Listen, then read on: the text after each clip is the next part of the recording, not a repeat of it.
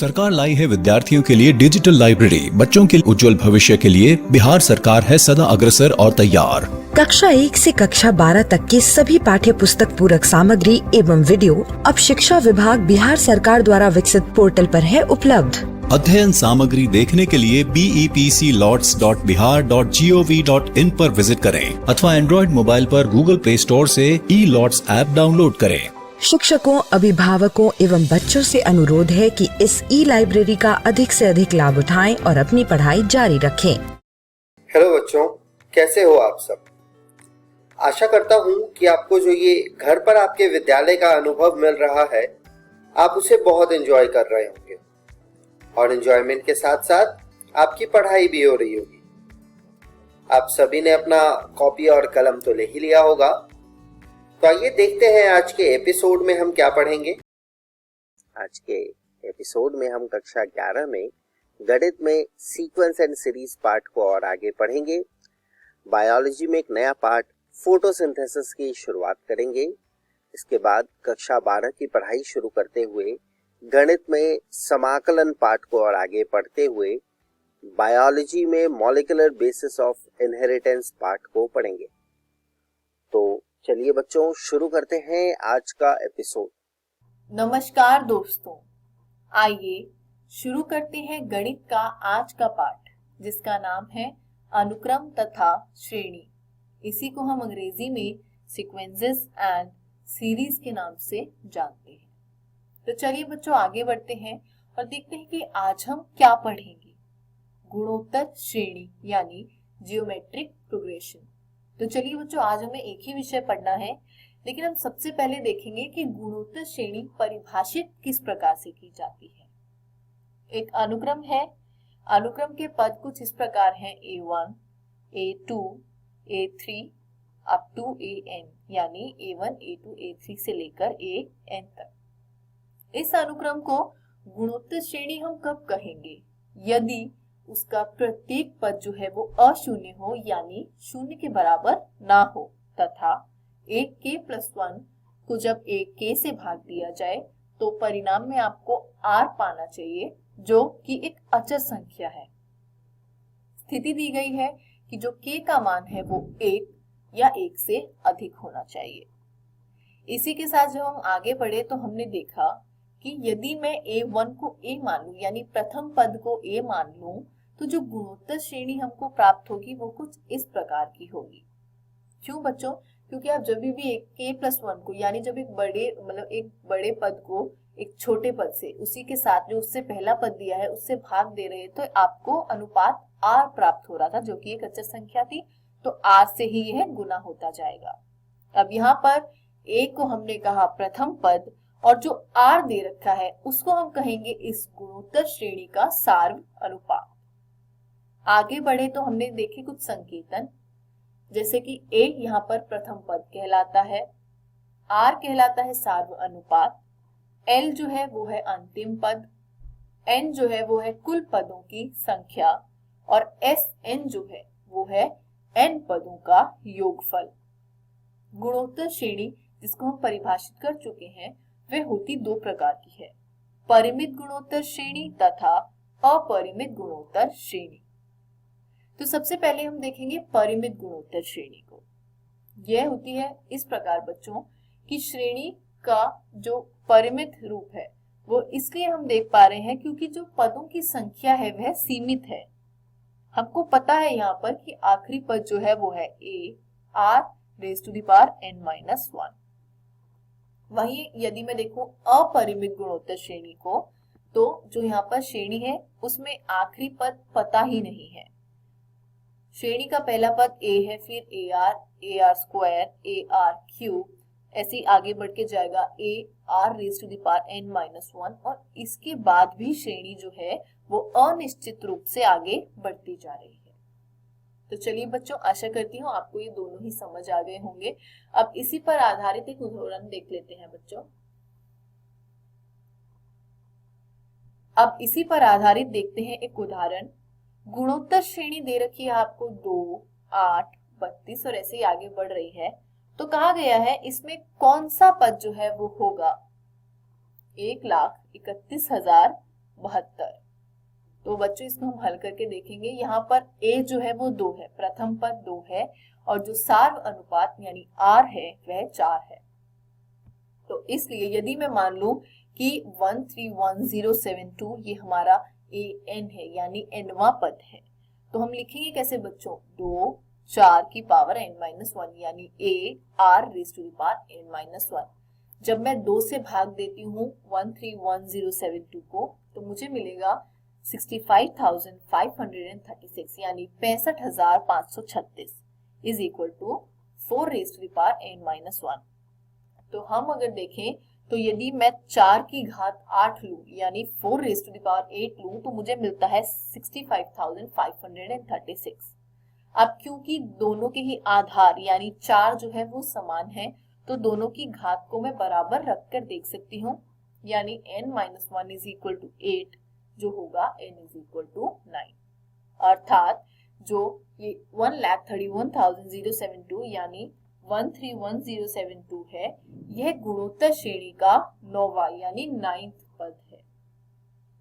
ये उदाहरण आप समझ गए होंगे बच्चों। आगे बढ़े तो हमने देखा गुणोत्तर श्रेणी के n पदों का योगफल। माना कि गुणोत्तर श्रेणी का प्रथम पद a है तथा उसका सार्व अनुपात r है, तो जो गुणोत्तर श्रेणी के n पदों का योगफल Sn है वो हम कैसे लिखेंगे। Sn is equal to a plus A R square up to ARn-1। तो बच्चों कुछ नहीं किया है, जितने पद दे रखे थे उन सभी को आपस में जोड़ दिया है।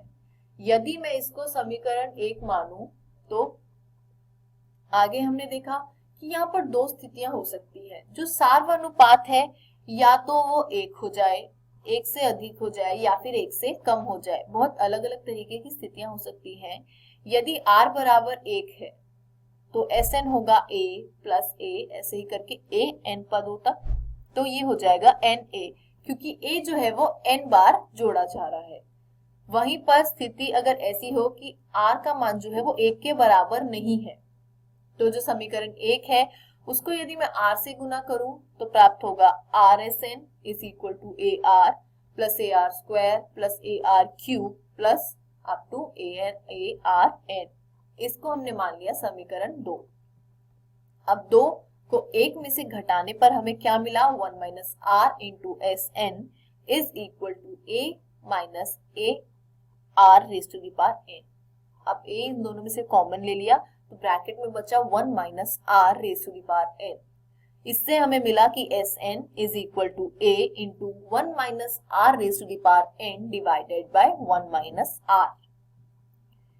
या फिर बच्चों हम इसको ऐसे भी लिख सकते हैं, Sn is equal to a bracket में Rn माइनस 1 डिवाइडेड में r माइनस 1। बच्चों ये इस बात पर निर्भर करता है कि जो r का मान है वो 1 है या 1 से छोटा और बड़ा है।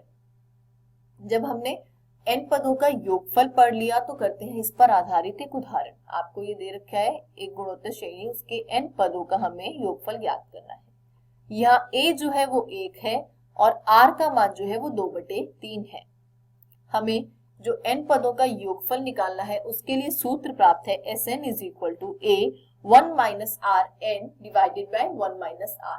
तो हमने बच्चों ये वाला सूत्र क्यों प्रयोग किया, हम वो भी तो कर सकते थे, Rn minus 1 divided by r minus 1।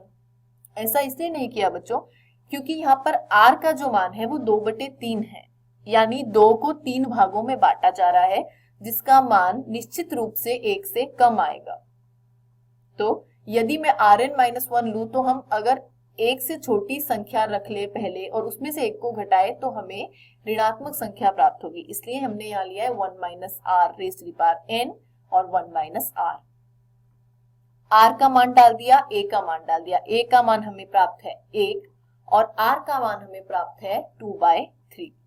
तो जब हमने मान डाला और इसको आगे हल किया तो हमें प्राप्त हुआ उत्तर में 3 ब्रैकेट में 1 minus 2/3 raise to the power n। इसी के साथ आज का ये अध्याय समाप्त होता है। बच्चों आज हमने पढ़ा गुणोत्तर श्रेणी के बारे में, उसके संकेतन तथा n पदों के योगफल के बारे में। आशा करती हूँ बच्चों आज का अध्याय आपको समझ आया होगा। घर जाइए, प्रश्नावली में दिए गए प्रश्नों का निरंतर अभ्यास करिए। किसी भी प्रकार के संदेह तथा सहायता के लिए हम हमेशा उपलब्ध हैं। धन्यवाद। नमस्कार दोस्तों, अब हम उच्च पादपों में प्रकाश संश्लेषण पाठ का दूसरा भाग पढ़ेंगे। इस वीडियो में हम पढ़ेंगे प्रकाश संश्लेषण में कितने वर्णक भाग लेते हैं, प्रकाश अभिक्रिया क्या है और इलेक्ट्रॉन परिवहन। प्रकाश संश्लेषण में कितने वर्णक भाग लेते हैं। जब आप किसी पौधे को देख रहे होते हैं तो क्या आप कभी आश्चर्य हुआ है कि उसी पौधे में पत्तियों के हरे रंग में सूक्ष्म अंतर क्यों और कैसे है।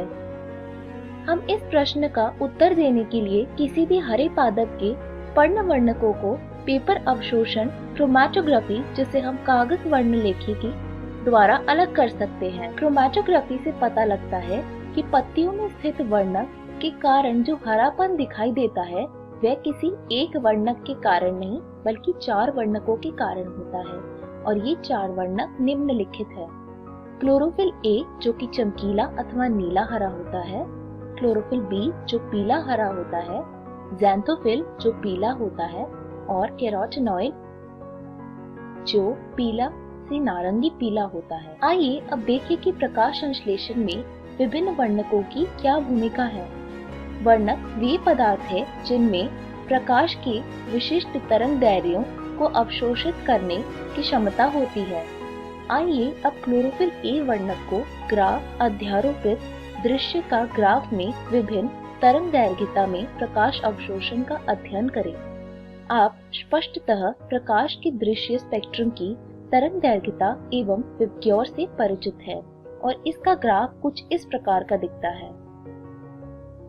अब आप इस चित्र को देखिए जिसमें उन तरंग दैर्घ्यों को दिखाया गया है जहां पर पादप में अधिकतम प्रकाश संश्लेषण होता है। क्या आप देख रहे हैं कि तरंग दैर्घ्य क्लोरोफिल ए अर्थात नीला तथा लाल क्षेत्र में अवशोषण करता है।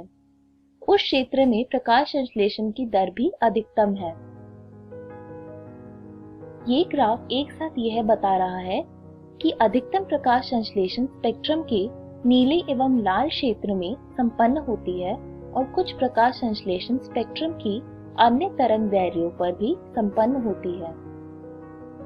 यद्यपि क्लोरोफिल ए प्रकाश को अवशोषित करने का मुख्य वर्णक है, फिर भी अन्य थैलेकॉइड में वर्णक जैसे क्लोरोफिल बी, ज़ैंथोफिल तथा कैरोटीन, जिन्हें सहायक वर्णक कहते हैं, वे प्रकाश को अवशोषित करते हैं तथा अवशोषित ऊर्जा को क्लोरोफिल ए में स्थानांतरित कर देते हैं।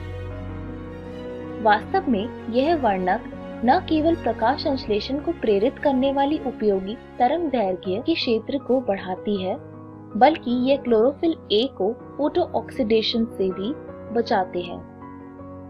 प्रकाश अभिक्रिया क्या है? प्रकाश अभिक्रिया अथवा प्रकाश रसायन चरण में प्रकाश अवशोषण, जल विघटन, ऑक्सीजन निष्कर्ष तथा उच्च ऊर्जा रसायन माध्यमिकों जैसे एटीपी तथा एनएडीपीएच का निर्माण शामिल है। इस प्रक्रिया में अनेक कॉम्प्लेक्स सम्मिलित होते हैं। यहाँ वर्णक 2 सुस्पष्ट प्रकाश रसायन लाइट हार्वेस्टिंग कॉम्प्लेक्स LHC, जिन्हें फोटोसिस्टम 1 तथा फोटोसिस्टम 2 कहते हैं, इसमें गठित होते हैं। LHC प्रोटीन से आबद्ध हजारों वर्णक अणुओं से बने होते हैं। प्रत्येक फोटोसिस्टम में सभी वर्णक होते हैं सिवाय क्लोरोफिल ए के अणु के तथा LHC का निर्माण करते हैं, जिन्हें एंटेनी कहते हैं। ये वर्णक विभिन्न तरंग दैर्ध्यों के प्रकाश को अवशोषित कर प्रकाश संश्लेषण को अधिक दक्ष बनाते हैं। क्लोरोफिल ए का एक अकेला अणु अभिक्रिया केंद्र बनाना है। दोनों फोटोसिस्टम में प्रतिक्रिया केंद्र पृथक होते हैं। PS1 में अभिक्रिया केंद्र क्लोरोफिल ए का अवशोषण शीर्ष 700 नैनोमीटर पर होता है। इसे P700 यानी P700 कहते हैं। PS2 में अवशोषण शीर्ष 660 नैनोमीटर पर होता है, अतः इसे P660 कहते हैं। इलेक्ट्रॉन परिवहन फोटोसिस्टम 2 में अभिक्रिया केंद्र में मौजूद क्लोरोफिल ए 680 नैनोमीटर वाले लाल प्रकाश को अवशोषित करता है, जिससे इलेक्ट्रॉन उत्तेजित होकर परमाणु नाभिक से दूर चला जाता है। इसे इलेक्ट्रॉन को इलेक्ट्रॉन ग्राही ले लेता है और इन्हें इलेक्ट्रॉन ट्रांसपोर्ट सिस्टम जिसमें साइटोक्रोम होता है उसमें पहुंचा दिया जाता है। इलेक्ट्रॉन का यह गतिविधि अधोगामी है जो अपचयोपचय विभव मापन यानी रिडक्स पोटेंशियल स्केल के रूप में है। जब इलेक्ट्रॉन्स परिवहन श्रृंखला से इलेक्ट्रॉन्स से गुजरते हैं तब उनका उपयोग नहीं होता, बल्कि उन्हें फोटो सिस्टम 1 के वर्णकों को दे दिया जाता है। इसके साथ ही साथ PS1 का अभिक्रिय केंद्र एक इलेक्ट्रॉन भी लाल प्रकाश की 700 नैनोमीटर तरंग दैर्घ्य को अवशोषित कर उत्तेजित होता है और यह अन्य ग्राही अणु में जिसका अपचयोपचय यानी रिडॉक्स विभव प्रकाश अधिक हो उसमें स्थानांतरित होता है। ये इलेक्ट्रॉन्स पुनः अधोगामी करते हैं, परंतु इस बार वे ऊर्जा से प्रचुर इलेक्ट्रॉन NADP+ अणु की ओर जाते हैं। ये इलेक्ट्रॉन्स परिवहन NADP+ को अपचयित कर NADPH+ और H+ बनाते हैं। इलेक्ट्रॉन के स्थानांतरण की सारी योजना PS2 से शुरू होकर शिखरों पर परिग्राही की ओर इलेक्ट्रॉन परिवहन श्रृंखला से होते हुए PS1 तक LHC इलेक्ट्रॉन की उत्तेजना अन्य ग्राही में स्थानांतरण और अंततः में अधोगामी होकर NADP+ को अपचयित कर LHC, NADPH+ और H+ के बनने तक होती है। यह सारी योजना Z के आकार की होती है, इसलिए इसे Z स्कीम कहते हैं। ये आकृति तब बनती है जब वाहक क्रमानुसार एक अपचयोपचय विभव माप पर हो। जल का विघटन। वे इलेक्ट्रॉन जो फोटोसिस्टम 2 में निकलते हैं उनकी जगह निश्चित ही दूसरे को ले लेनी चाहिए। जल का विघटन संबंध PS2 से है।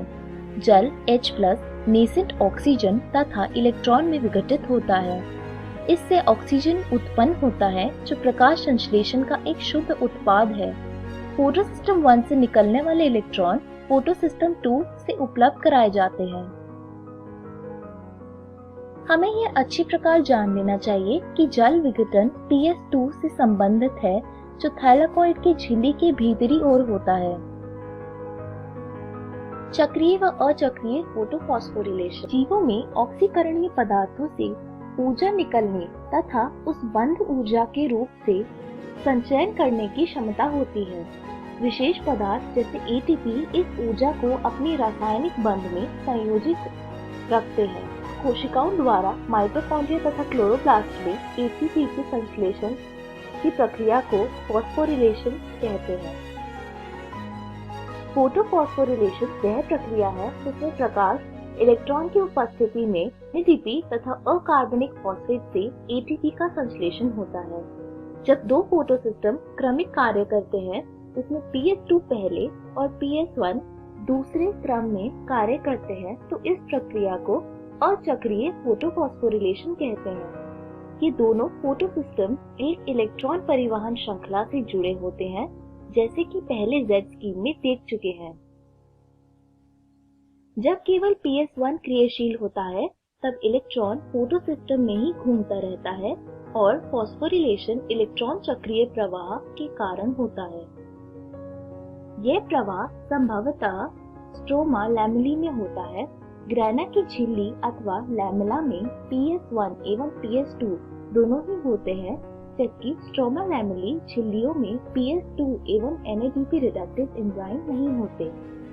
उत्तेजित इलेक्ट्रॉन NADP+ में पारित नहीं होता, बल्कि वापस PS1 कॉम्प्लेक्स में इलेक्ट्रॉन प्रवाह श्रृंखला द्वारा चक्रित होता रहता है।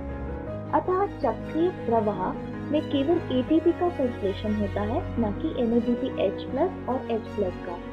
चक्रीय फोटोफॉस्फोरिलेशन तभी होता है जब उत्तेजना के लिए प्रकाश का तरंग दैर्घ्य 680 नैनोमीटर से अधिक हो। रसोपरासरणी परिकल्पना यानी केमिओस्मोटिक हाइपोथेसिस। श्वसन की भांति ही प्रकाश संश्लेषण में भी ATP का संश्लेषण एक झिल्लिका के आर पार प्रोटॉन प्रवणता के कारण होती है। यहाँ पर झिल्लिकाएं थैलाकॉइड की होती है। यहाँ पर एक अंतर यह है कि प्रोटॉन झिल्लिका के अंदर की ओर अर्थात अवकोशिका यानी लूमेन में संचित होता है। श्वसन में प्रोटॉन माइटोकॉन्ड्रिया के अंतरा झिल्ली अवकोशिका में संचित होता है जब इलेक्ट्रॉन EDF से गुजरते हैं। चूंकि जल का अणु का विघटन झिल्लिका के अंदर की तरफ होता है, अतः जल के विघटन से उत्पन्न हाइड्रोजन आयन तत्व अथवा प्रोटॉन थैलेकॉइड अवकाशिका यानी ल्यूमेन में संचित होता है। जैसे ही इलेक्ट्रॉन्स फोटोसिस्टम के माध्यम से गति करते हैं, प्रोटॉन झिल्लिका ग्राही जो कि झिल्लिका के बाहर की ओर स्थित होती है, यह अपने इलेक्ट्रॉन को एक इलेक्ट्रॉन वाहक को स्थानांतरित नहीं करता, बल्कि एक हाइड्रोजन वाहक को करता है। अतः इलेक्ट्रॉन प्रवाह के समय यह अणु स्ट्रोमा से एक प्रोटॉन को ले लेता है। जब यह अणु अपने इलेक्ट्रॉन को झिल्ली के भीतरी ओर स्थित इलेक्ट्रॉन वाहक को देता है, तब प्रोटॉन के अंदर की ओर अथवा झिल्ली के अवकोशिका की ओर मुक्त होता है। NADP रिडक्टेज एंजाइम झिल्ली के स्ट्रोमा की ओर होता है। PS1 के इलेक्ट्रॉन ग्राही से आने वाले इलेक्ट्रॉन्स के साथ साथ प्रोटॉन NADP+ और NADPH+ और H+ में अपचयित करने के लिए आवश्यक होता है। ये प्रोटॉन स्ट्रोमा पीठिका से ही आते हैं। अतः क्लोरोप्लास्ट में स्थित स्ट्रोमा में प्रोटॉन की संख्या घटती है, जबकि ल्यूमेन यानी अवकोशिका में प्रोटॉन में संचयन होता है। इस प्रकार ये थैलेकॉइड झिल्ली के आर पार एक प्रोटॉन प्रवणता उत्पन्न होती है और साथ ही साथ ल्यूमेन में pH भी कम करती है। प्रोटॉन प्रवणता इसलिए महत्वपूर्ण है क्योंकि प्रवणता टूटने पर ऊर्जा मुक्त होती है। यह प्रवणता इसलिए भंग होती है क्योंकि प्रोटॉन झिल्लिका में मौजूद ATPase के पारगमन वाहिका F0 यानी F0 के माध्यम से स्ट्रोमा में गतिशील होता है। इसमें एक F0 कहलाता है जो झिल्लिका में अतः स्थापित होता है तथा एक पारगमन झिल्लिका चैनल की रचना करता है जो कि झिल्लिका के आर पार प्रोटॉन के विसरण को आगे बढ़ाता है। इसका दूसरा भाग F1 कहलाता है और थैलेकॉइड की बाहरी सतह जो स्ट्रोमा की ओर होते हैं, इस पर उद्धर के रूप में होता है। प्रवणता का भंजन पर्याप्त ऊर्जा प्रदान करता है, जिसके कारण ATPase का कण F1 में संरूपण परिवर्तन आता है, जिससे कि एंजाइम ऊर्जा से प्रचुर ATP का संश्लेषण कर सके। प्रसव परासरण यानी केमियोस्मोसिस के लिए एक झिल्लिका, एक प्रोटॉन पंप, एक प्रोटॉन प्रवणता तथा ATPase की आवश्यकता होती है। प्रोटॉन एक झिल्लिका के आर पार पंप करने के लिए ऊर्जा का उपयोग होता है ताकि थैलेकॉइड ल्यूमेन में एक प्रवणता अथवा प्रोटॉन की उच्च सांद्रता पैदा हो सके। ATPase के पास एक चैनल अथवा नलिका होती है जो झिल्लिका के आर पार प्रोटॉन को विसरण का अवसर देती है। यह ATPase एंजाइम को सक्रिय करने के लिए पर्याप्त ऊर्जा छोड़ता है जो ATP संश्लेषण को उत्प्रेरित करता है। इलेक्ट्रॉन की गतिशीलता से उत्पादित NADPH के साथ ATP भी स्ट्रोमा में संपन्न होने वाले जैव संश्लेषण में तुरंत उपयोग कर लिए जाएंगे, जो कार्बन डाइऑक्साइड के सेहतरस एवं शर्करा के संश्लेषण के लिए आवश्यक है। इस वीडियो में हमने सीखा प्रकाश संश्लेषण में कितने वर्णक भाग लेते हैं, प्रकाश अभिक्रिया क्या है और इलेक्ट्रॉन परिवहन। अगली वीडियो में हम पढ़ेंगे ATP तथा NADPH कहाँ उपयोग होते हैं और C4 पथ। धन्यवाद।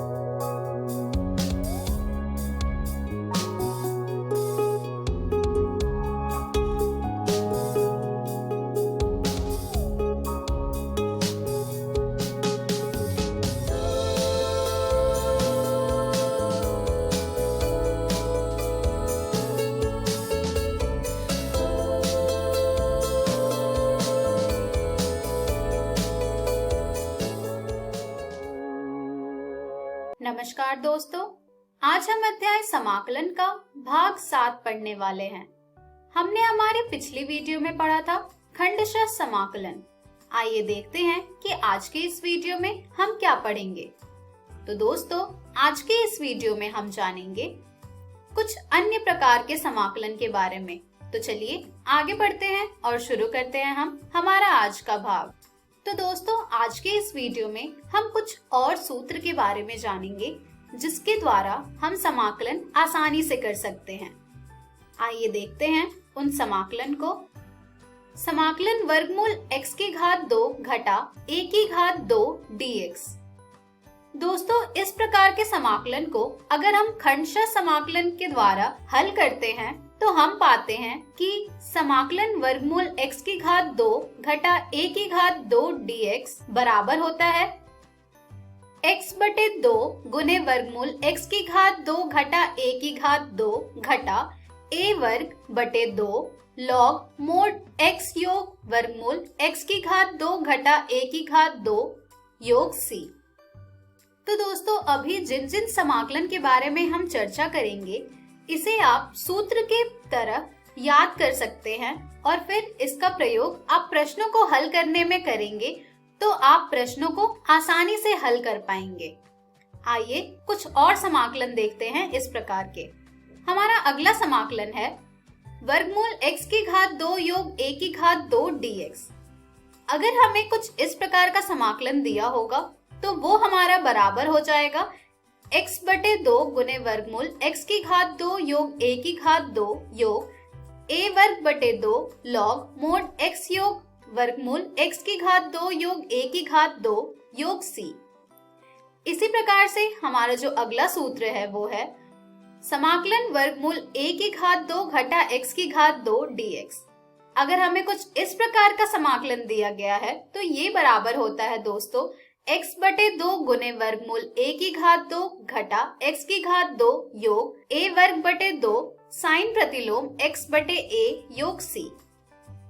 तो दोस्तों, ये कुछ समाकलन है जो कि किसके बराबर होता है आपको याद रखना आवश्यक है, क्योंकि इसका प्रयोग आप प्रश्नों को हल करने में करेंगे जिससे कि आपका जो प्रश्न है वो आसानी से हल हो जाएगा और आपको उसका उत्तर आसानी से प्राप्त भी हो जाएगा।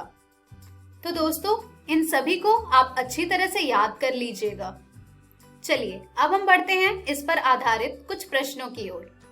हमारा पहला प्रश्न है समाकलन वर्गमूल x की घात 2 योग 2x योग 5 dx ज्ञात करना। दोस्तों, इस प्रकार के प्रश्न को हल करने में आपको सबसे पहले ये ध्यान देना होगा कि हमें जो हमारा समाकल्य दिया गया है क्या हम उसे किसी अन्य रूप में परिवर्तित कर सकते हैं। तो दोस्तों, वर्गमूल का चिन्ह देखते ही आपको समझ जाना होगा कि यहाँ पर इसे हल करने के लिए हमें इसे वर्ग के रूप में परिवर्तित करना होगा। आइए देखते हैं कि किस प्रकार से हम इस तरह के प्रश्नों को हल करेंगे। तो दोस्तों, x की घात 2 योग 2x योग 5 को हम लिख सकते हैं x की घात 2 योग 2x योग 1 योग 4। जब आप हमारे दिए गए प्रश्न में x की घात 2 योग 2x योग 5 के जगह पर ये प्रतिस्थापित करेंगे तो हमें प्राप्त हो जाएगा समाकलन वर्गमूल x की घात 2 योग 2x योग 1 योग 4 dx। इसके बाद हम इसे और हल करेंगे तो हमें ये प्राप्त हो जाएगा समाकलन वर्गमूल x योग 1 पूरे का वर्ग योग 2 वर्ग dx। यहाँ पर अगर आप ध्यान देंगे तो आपको यहाँ से प्राप्त होगा कि ये जो आपका समाकल्य है यहाँ पर ये आपके किसी सूत्र के रूप में परिवर्तित हो गया है। तो दोस्तों, यहाँ पर आपको मानना पड़ेगा कि ये जो x योग 1 है ये y के बराबर है। दोस्तों, जब ये y के बराबर हो जाएगा तो यहाँ से हमें प्राप्त हो जाएगा dx बराबर dy। चलिए अब इन मान को हम x योग 1 और dx के जगह पर प्रतिस्थापित करते हैं। जब हम इसे प्रतिस्थापित करेंगे तो हमें ये प्राप्त हो जाएगा समाकलन वर्गमूल y की घात 2 योग 2 वर्ग dy। dx की जगह पर हमने dy प्रतिस्थापित किया है और x योग 1 की जगह पर हमने y प्रतिस्थापित किया है। तो दोस्तों, यहाँ से आप देख पा रहे हैं कि हमारा जो समाकल्य था वो अब परिवर्तित हो गया है समाकलन वर्गमूल x की घात 2 योग a वर्ग dx के रूप में। जिसका कि आपको समाकलन पता है कि क्या होता है। आइए उस सूत्र में इसे प्रतिस्थापित करते हैं इनके मान को और ज्ञात करते हैं इस प्रश्न का हल। तो दोस्तों समाकलन वर्गमूल x की घात 2 योग a की घात 2 dx बराबर होता है x बटे 2 गुने वर्गमूल x की घात 2 योग a की घात 2 योग a वर्ग बटे 2 लॉग मोड x योग वर्गमूल x की घात 2 योग a की घात 2 योग c। तो दोस्तों जब आप इस सूत्र में मान को प्रतिस्थापित करेंगे तो आपको प्राप्त हो जाएगा y बटे 2 गुने वर्गमूल y की घात 2 योग 4 बटे 2 लॉग मोड y योग वर्गमूल y की घात 2 योग 4 योग c। इसके बाद जब आप y की जगह पर x योग 1 प्रतिस्थापित करेंगे तो आपको प्राप्त हो जाएगा x योग 1 बटे 2 गुने वर्गमूल x योग 1 पूरे का वर्ग योग 4 बटे 2 लॉग मोड x योग 1 योग वर्गमूल x योग 1 पूरे का वर्ग योग 4 योग c। जिसे आप और थोड़ा अरेंज करके लिखेंगे तो आपको ये प्राप्त हो जाएगा x योग 1 बटे 2 गुने वर्गमूल x की घात 2 योग 2x योग 5 योग 2 गुने लॉग मोड x योग 1 योग वर्गमूल x की घात 2 योग 2x योग 4 योग c। तो दोस्तों इस प्रकार से हम प्रश्नों को हल करते हैं और ज्ञात करते हैं उनका समाकलन हमारे दिए गए इस वीडियो के सूत्रों का प्रयोग करके। चलिए अब हम बढ़ते हैं हमारे अगले प्रश्न की ओर। दोस्तों समाकलन में आप जितना उस प्रकार के प्रश्नों को हल करेंगे आपको वो उतना ही अच्छी तरह से समझ आते जाएगा। तो चलिए हमारा अगला प्रश्न है समाकलन वर्गमूल 3 घटा 2x घटा x की घात 2 dx का मान प्राप्त करना। आइए देखते हैं कि ये हम किस प्रकार से ज्ञात करेंगे। तो दोस्तों इस प्रकार के प्रश्न में भी हमारा जो सबसे पहला कार्य होगा वो होगा कि हमारे दिए गए समाकल्य को परिवर्तित करना वर्ग के रूप में, ताकि हम उस पर हमारे सूत्र का प्रयोग कर पाएं। तो दोस्तों 3 घटा 2x घटा x की घात 2 को हम लिख सकते हैं 4 घटा 1 घटा 2x घटा x की घात 2, जिससे कि हमें ये प्राप्त हो रहा है समाकलन वर्गमूल 4 घटा 1 घटा 2x घटा x की घात 2 dx।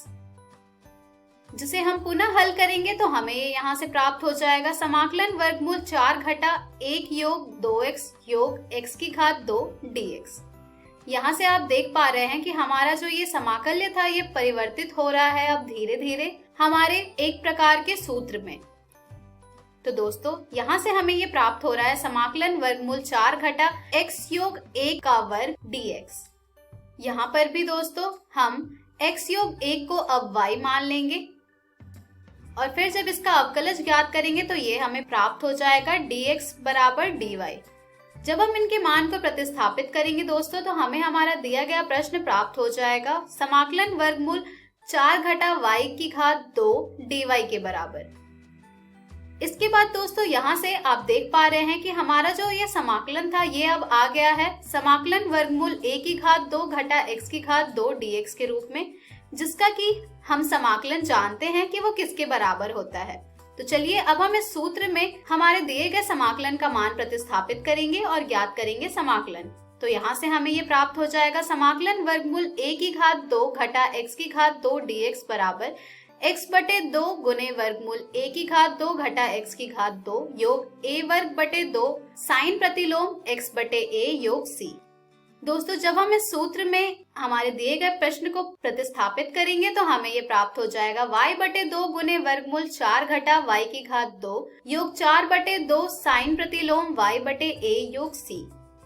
चलिए दोस्तों अब हम y की जगह पर y का मान प्रतिस्थापित करेंगे तो हमें ये प्राप्त हो जाएगा x योग 1 बटे 2 गुने वर्गमूल 4 घटा x योग 1 पूरे का वर्ग योग 2 साइन प्रतिलोम x योग 1 बटे 2 योग c। जिसे हम और अच्छी तरह से लिखेंगे तो हमें ये प्राप्त हो जाएगा x योग 1 बटे 2 गुने वर्गमूल 3 घटा 2x घटा x की घात 2 योग 2 गुने साइन प्रतिलोम x योग 1 बटे 2 योग c। तो दोस्तों आपने देखा कि किस प्रकार से हम प्रश्नों को हल करते हैं बड़े ही आसानी से सूत्रों का प्रयोग करके। चलिए अब हम बढ़ते हैं हमारे अगले प्रश्न की ओर, जो कि है समाकलन ज्ञात करना वर्गमूल x की घात 2 योग 4x घटा 5 dx का। तो दोस्तों यहाँ पर भी हमारा दिया गया प्रश्न को अब हम किसी अन्य रूप में परिवर्तित करने की कोशिश करेंगे ताकि हमें ये किसी सूत्र के रूप में प्राप्त हो जाए। तो दोस्तों, वर्गमूल x की घात 2 योग 4x घटा 5 को हम लिख सकते हैं समाकलन वर्गमूल x की घात 2 योग 4x योग 4 घटा 9 dx। इसके बाद यहाँ से हमें ये प्राप्त हो जाएगा समाकलन वर्गमूल x योग 2 पूरे का वर्ग घटा 3 का वर्ग dx। जब आपको ऐसा प्राप्त हो जाएगा समाकलन, तो आप यहाँ से आसानी से बता सकते हैं कि यहाँ पर हमें अब क्या करना है। तो दोस्तों, यहाँ पर हमें अब x योग 2 को मान लेना है y के बराबर, ताकि हम प्रतिस्थापन द्वारा समाकलन करके इसका हल ज्ञात कर पाएं। तो दोस्तों, जब हम x योग 2 को y के बराबर मान लेंगे और फिर इसका अवकलज ज्ञात करेंगे, तो वो हमें प्राप्त हो जाएगा dx बराबर dy। इसके बाद जब हम हमारे समाकल्य में इन सभी के मान को प्रतिस्थापित करेंगे, तो हमें ये प्राप्त हो जाएगा समाकलन वर्गमूल y की घात 2 घटा 3 की घात 2 dy। जब हमें हमारा समाकल्य कुछ इस रूप में प्राप्त होगा, तो यहाँ से हम ये आसानी से देखकर बता पाएंगे कि हमें ये किस रूप में प्राप्त हो रहा है। तो दोस्तों, ये हमें प्राप्त हो रहा है समाकलन वर्गमूल x की घात 2 घटा a की घात 2 dx के रूप में, जिसका कि समाकलन हम जानते हैं। तो चलिए दोस्तों, उस सूत्र में हमारे मान को प्रतिस्थापित करते हैं और ज्ञात करते हैं समाकलन। तो दोस्तों, समाकलन वर्गमूल x की घात 2 घटा a की घात 2 dx बराबर होती है x बटे 2 गुने वर्गमूल x की घात 2 घटा a की घात 2 घटा a की घात 2 बटे 2 लॉग मोड x योग वर्गमूल x की घात 2 घटा a की घात 2 योग c। जब हम इस सूत्र में हमारे प्राप्त किए गए समाकल्य को प्रतिस्थापित करेंगे, तो हमें ये प्राप्त हो जाएगा y बटे 2 गुने वर्गमूल y की घात 2 घटा 9 घटा 9 बटे 2 लॉग मोड y योग वर्गमूल y की घात 2 घटा 9 योग c। इसके बाद अब हम y के जगह पर x योग 2 प्रतिस्थापित करेंगे। तो जब हम यहाँ पर y के जगह पर x योग 2 प्रतिस्थापित करेंगे दोस्तों, तो हमें ये प्राप्त हो जाएगा x योग 2 बटे 2 गुने वर्गमूल x योग 2 का वर्ग घटा 9 बटे 2 लॉग मोड x योग 2 योग वर्गमूल x योग 2 पूरे का वर्ग घटा 9 योग c। जिसे हम और अच्छी तरह से लिखेंगे दोस्तों, तो हमें ये प्राप्त हो जाएगा x योग 2 बटे 2 गुने वर्गमूल x की घात 2 योग 4x घटा 5 योग 9 बटे 2 लॉग मोड x योग 2 योग वर्गमूल x की घात 2 योग 4x घटा 5 योग c। तो दोस्तों, आपने देखा कि किस प्रकार से सूत्रों के द्वारा प्रश्नों को हल करके समाकलन उनका ज्ञात करना कितना आसान हो जाता है। इस तरह के और भी प्रश्न आपको आपकी NCERT पुस्तक में मिल जाएंगे, जिन्हें आप जरूर हल करें। और समाकलन के आप जितने ज्यादा क्वेश्चन हल करेंगे, आपको ये उतनी अच्छी तरह से समझ आते जाएगा। तो दोस्तों, आज के इस वीडियो में हमने सीखा कुछ अन्य प्रकार के समाकलन। हम हमारी अगली वीडियो में जानेंगे निश्चित समाकलन के बारे में। धन्यवाद।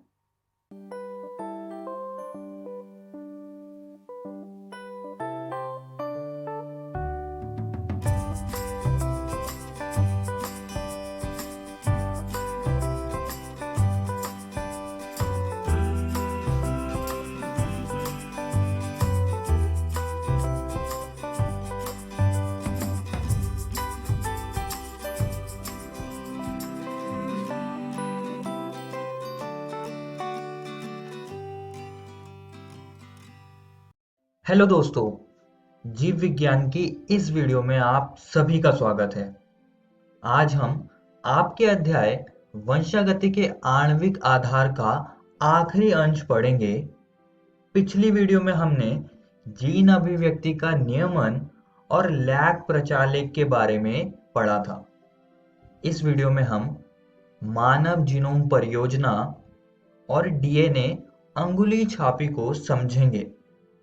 तो चलिए शुरू करते हैं। मानव जीनोम परियोजना, जिसे कि हम HGP यानी कि ह्यूमन जीनोम प्रोजेक्ट भी कहते हैं, यह अंतरराष्ट्रीय सहयोगी अनुसंधान कार्यक्रम था जिसका लक्ष्य मानव के सभी जीनों की पूर्ण मैपिंग और उसे समझना था। हमारे जीनों को एक साथ जीनोम कहते हैं। तो सरल शब्दों में हम कह सकते हैं कि मानव जीनोम परियोजना में मानव जीनोम का अनुक्रम का पता लगाया था, जिसे कि हम सीक्वेंसिंग कहते हैं। चलिए दोस्तों, अब इस परियोजना की कुछ और महत्वपूर्ण बातें समझ लेते हैं। मानव जीनोम परियोजना को महायोजना कहा गया क्योंकि ये एक बहुत ही बड़ी परियोजना थी। अब हम सभी को पता है कि मानव जीनोम में लगभग 3.3 गुणा 10 की पावर 9 बेस पेयर्स होते हैं, यानी कि इसमें इतने 4 युग्म होते हैं। यदि अनुक्रम को जानने के लिए प्रति 4 $3 अमेरिकन की लागत आती है, तो पूरी योजना पर खर्च होने वाली लागत थी 9 बिलियन अमेरिकी डॉलर, जो कि बहुत ही ज्यादा थी। तो आप कहीं ना कहीं अंदाजा लगा सकते हैं कि ये कितना बड़ा प्रोजेक्ट यानी कि परियोजना थी। अब ये परियोजना 13 वर्ष तक चली। ये 1990 में शुरू हुई थी और 2003 में ये खत्म हुई। इसे अमेरिकी ऊर्जा विभाग व राष्ट्रीय स्वास्थ्य संस्थान द्वारा सहयोग प्राप्त था। शुरुआती वर्षों में वेलकम नियास, जो कि यूके में है, इन्होंने एचजीपी में भागीदारी की थी और बाद में जापान, फ्रांस, जर्मनी, चीन व अन्य देशों ने भी इसमें अपना सहयोग प्रदान किया। अब दोस्तों, इस परियोजना से बहुत बड़े आंकड़ों में डेटा आया था।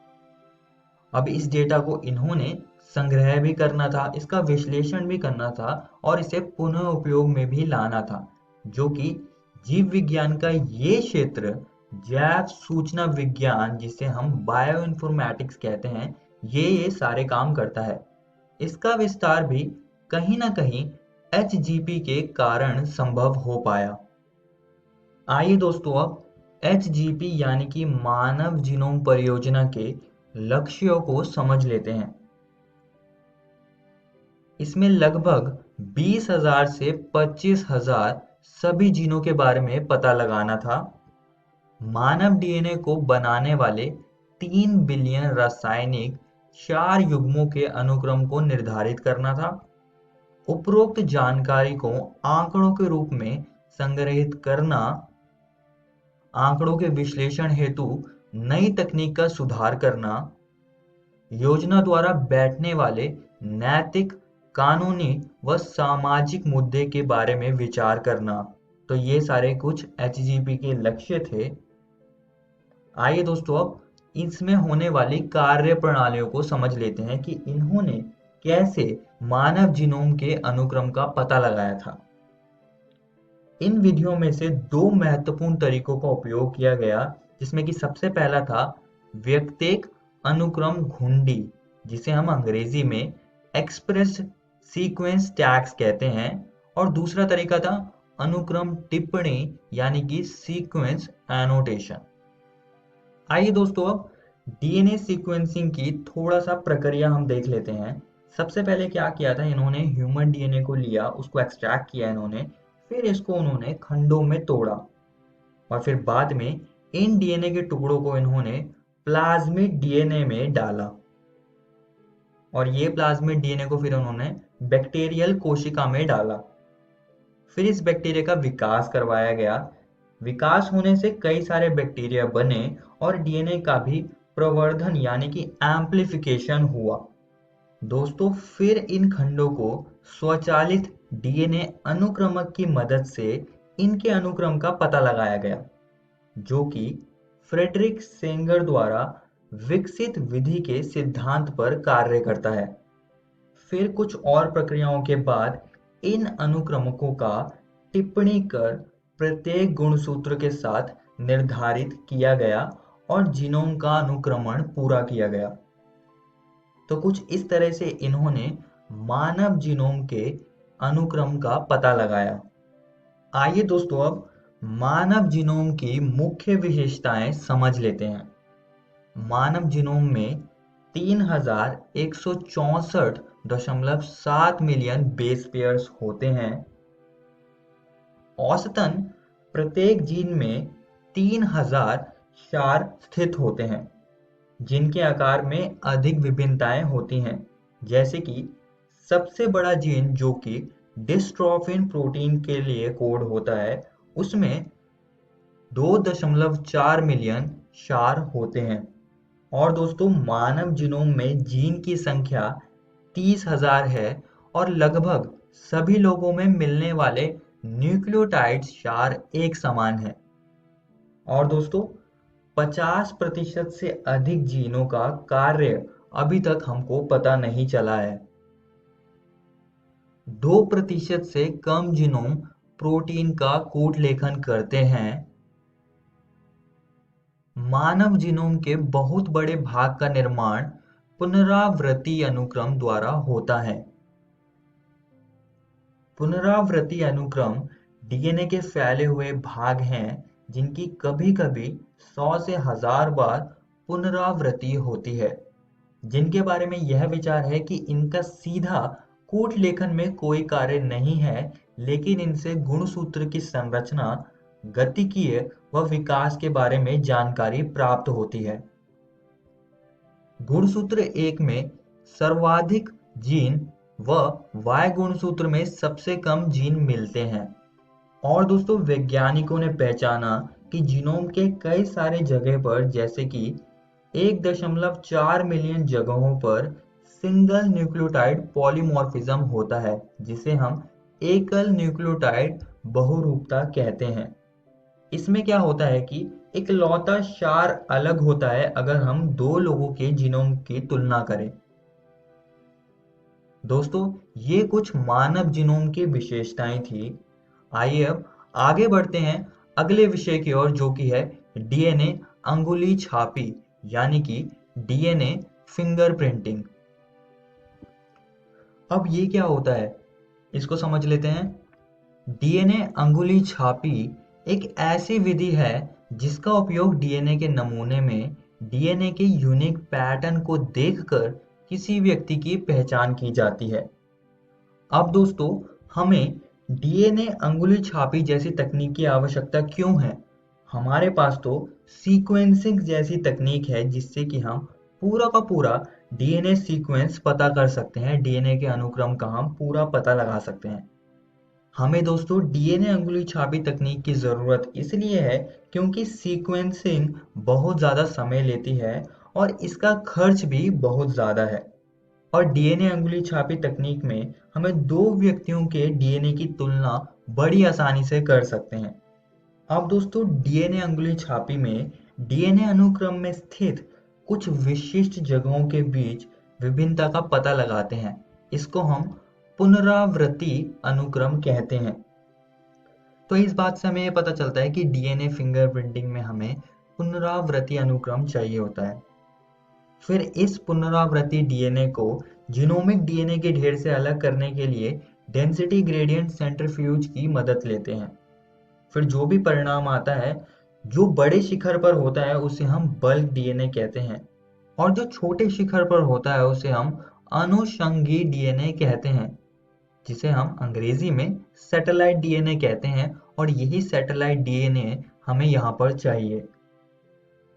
दोस्तों ये अनुषंगी डीएनए क्षार घटकों, खंडों की लंबाई व पुनरावृत्ति इकाइयों के आधार पर वर्गीकृत किया गया है। इसको हमने VNTR और SSR में वर्गीकृत किया है। अब ये क्या होता है? VNTR का मतलब है variable number of tandem repeat और SSR का मतलब है सिंपल सीक्वेंस रिपीट्स। अब दोस्तों हमें यहाँ पर VNTR वाले सीक्वेंस चाहिए क्योंकि इनमें सबसे ज़्यादा बहुरूपता होती है। अब आप सभी सोच रहे होंगे कि ये बहुरूपता क्या होती है, तो आइए इसको हम सबसे पहले देख लेते हैं। बहुरूपता को हम पॉलीमॉर्फिज्म कहते हैं। यह आनुवंशिक स्तर पर एक भिन्नता है और यही भिन्नता को देखकर हम डीएनए की तुलना करेंगे। अब दोस्तों डीएनए अंगुली छापी हमें करने के लिए हम कहीं से भी शरीर के किसी भी हिस्से से सैंपल ले सकते हैं, चाहे वो कोई सी भी कोशिका हो, या चाहे वो रक्त की कोशिका हो, चाहे वो चमड़े की कोशिका हो, हम कहीं से भी सैंपल ले सकते हैं। और ये तकनीक फॉरेंसिक विज्ञान में भी बहुत काम आती है। आइए दोस्तों अब डीएनए अंगुली छापी यानी कि डीएनए फिंगरप्रिंटिंग की पूरी प्रक्रिया समझ लेते हैं। अब दोस्तों इस प्रक्रिया में हम डीएनए सैंपल आमतौर पर रक्त से लेंगे और जो एक्सट्रैक्टेड डीएनए होगा उसे हम तोड़कर छोटे खंडों में बदल देंगे और ये काम हम रेस्ट्रिक्शन एंजाइम की मदद से करेंगे। इससे हजारों डीएनए के खंड बन जाएंगे जो कि अलग अलग आकार के होंगे। फिर इन खंडों को इलेक्ट्रोफोरेसिस प्रक्रिया की मदद से आकार के आधार पर अलग अलग किया जाएगा। फिर इन खंडों को नाइट्रोसेल्यूलोज या नायलॉन फिल्टर पर पहुंचाया जाता है। इसको हम जेल ब्लॉट कहते हैं। ब्लॉट में जो भी डीएनए खंड होंगे वो परमानेंटली फिल्टर के साथ फिक्स होंगे और डीएनए स्ट्रैंड डीजेनरेट हो जाएगी। रेडियो लेबल्ड प्रोब मॉलिक्यूल इसमें हम डाले जाते हैं और इनका जो सीक्वेंस होता है वो VNTR सीक्वेंस के पूरक होते हैं। तो ये मॉलिक्यूल्स VNTR सीक्वेंस से जाके हाइब्रिडाइज हो जाएंगे और ये सीक्वेंस अलग अलग व्यक्तियों में अलग अलग लंबाई के होते हैं। फिर इस ब्लॉट को एक्सरे फिल्टर से एक्सपोज किया जाता है। तो जो डीएनए खंड प्रोब से बाइंड किए होते हैं वो गहरे बैंड के रूप में दिखने लगते हैं एक्सरे फिल्म के ऊपर। और जैसे कि आप देख सकते हैं यहाँ पर जो सैंपल 1 है और सैंपल 2 दोनों ही अलग अलग तरह के बैंड को दिखा रहा है, जिससे कि हम देख सकते हैं और पता लगा सकते हैं कि ये दोनों डीएनए सैंपल अलग अलग व्यक्तियों के हैं। तो कुछ इस प्रकार से हम डीएनए अंगुली छापी यानी कि डीएनए फिंगरप्रिंटिंग करते हैं। आइए दोस्तों अब इस तकनीक के कुछ उपयोगों को देख लेते हैं। डीएनए फिंगरप्रिंटिंग जैविक पहचान में मदद करती है। ये आपराधिक पहचान और फॉरेंसिक में भी लाभदायक है। व्यक्तिगत पहचान करने में भी ये मदद करती है। जनसंख्या व आनुवंशिक विभिन्नता का निर्धारण करने में भी ये मदद करती है। और यहाँ पर दोस्तों आपका अध्याय वंशागति के आणविक आधार समाप्त होता है। इस वीडियो में हमने मानव जीनोम परियोजना के बारे में समझा और साथ ही में हमने डीएनए अंगुली छापी की पूरी प्रक्रिया देखी और साथ ही में हमने देखा कि डीएनए अंगुली छापी किस प्रकार से उपयोगी है। और दोस्तों मैं आप सभी को एक और बात बताना चाहता हूँ कि आज हमने आपके एनसीईआरटी किताब के ये टॉपिक्स को खत्म कर लिया है। आप इनको जरूर घर से किताब से पढ़कर आइएगा। अगली वीडियो में हम इस अध्याय का प्रैक्टिस क्वेश्चन का वीडियो देखेंगे और जानेंगे कि आपको इस अध्याय में से कैसे प्रश्न पूछे जा सकते हैं। धन्यवाद।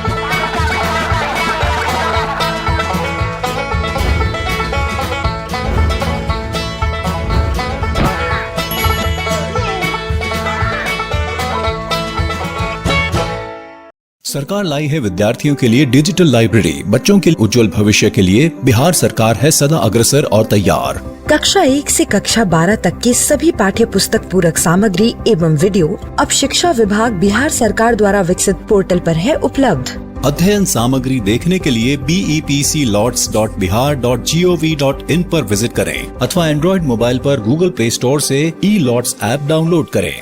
शिक्षकों, अभिभावकों एवं बच्चों से अनुरोध है कि इस ई लाइब्रेरी का अधिक से अधिक लाभ उठाएं और अपनी पढ़ाई जारी रखें।